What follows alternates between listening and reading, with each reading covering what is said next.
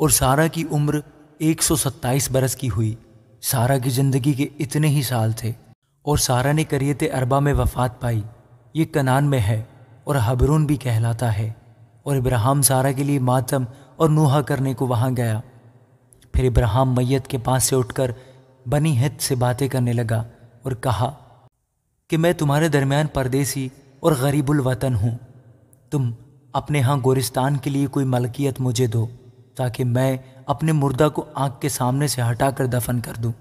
تب بنی ہت نے ابراہیم کو جواب دیا کہ اے خداوند ہماری سن، تو ہمارے درمیان زبردست سردار ہے۔ ہماری قبروں میں جو سب سے اچھی ہو اس میں تو اپنے مردہ کو دفن کر۔ ہم میں ایسا کوئی نہیں جو تجھ سے اپنی قبر کا انکار کرے، تاکہ تو اپنا مردہ دفن نہ کر سکے۔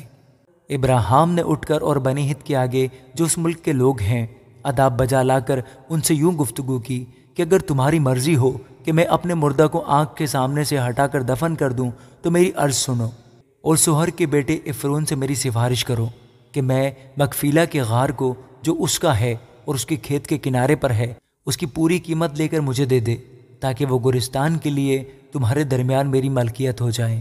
اور افرون بنی ہت کے درمیان بیٹھا تھا۔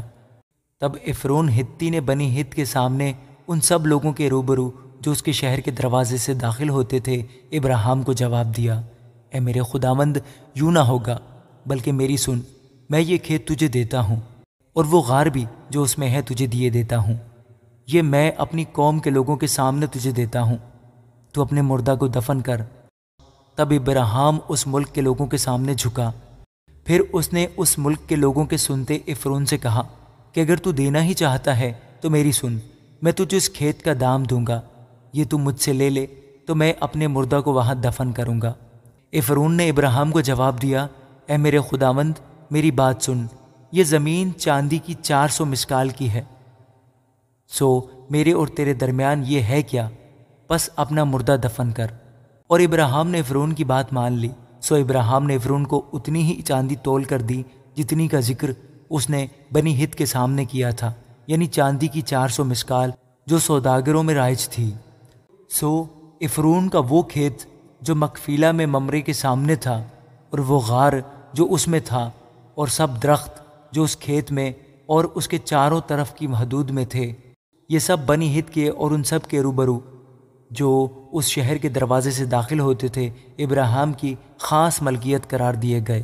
اس کے بعد ابراہیم نے اپنی بیوی سارہ کو مکفیلا کے کھیت کے غار میں جو ملک کنعان میں ممرے یعنی حبرون کے سامنے ہے دفن کیا۔ چنانچہ وہ کھیت اور وہ غار جو اس میں تھا بنی ہت کی طرف سے گورستان کے لیے ابراہیم کی ملکیت قرار دیے گئے۔ آمین۔